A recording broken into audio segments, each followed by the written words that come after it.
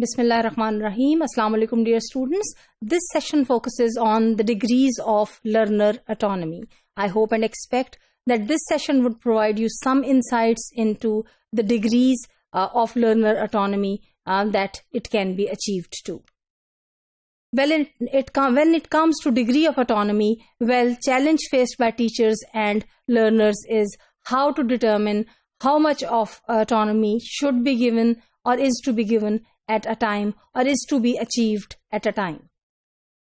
As partners in the pursuit of academic as well as liberatory autonomy, teachers and learners can negotiate a comfortable degree of autonomy when it comes to the practical context of the classroom. Generally, all researchers advocate a gradual and guided introduction of autonomy over pedagogic choices related to the aims, outcomes, tasks, and the materials that are being used for the purposes of teaching and learning. Well, when it comes to different degrees of autonomy, I would start with initial stage of autonomy. At the initial stage of autonomy, actually, the emphasis is simply on raising the learner's awareness of the reasons behind the teacher's choice of goals, tasks, and materials. This is the minimal level of autonomy. As far as the intermediary stage is concerned, the emphasis is on allowing the learner to choose from a range of options that the teacher gives.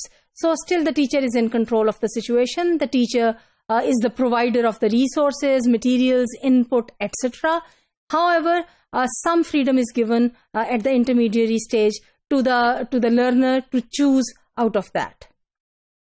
When it comes to the advanced stage of autonomy, the emphasis is on learner's determination of his or her own goals, tasks, and materials. So this is the highest level of autonomy where the learner would be expected to take charge of or control of the situation, to select the tasks or the nature of tasks and materials, and to determine goals of his or her own learning processes. Teachers and learners can follow different stages of autonomy depending upon the linguistic and communicative demands of a particular task that is to be carried out in the classroom. However, sometimes a mistake is made, and the mistake is to presuppose that academic autonomy is suitable for learners of low proficiency levels and liberatory autonomy for learners of higher proficiency level. For the learners of higher proficiency level, sometimes very little autonomy is required, and it can be the case vice versa as well. In fact, given appropriate conditions and adequate preparations, learners at different proficiency levels will profit from both. Well, my dear students, the concept of autonomy is a complex construct that can be understood only through careful study.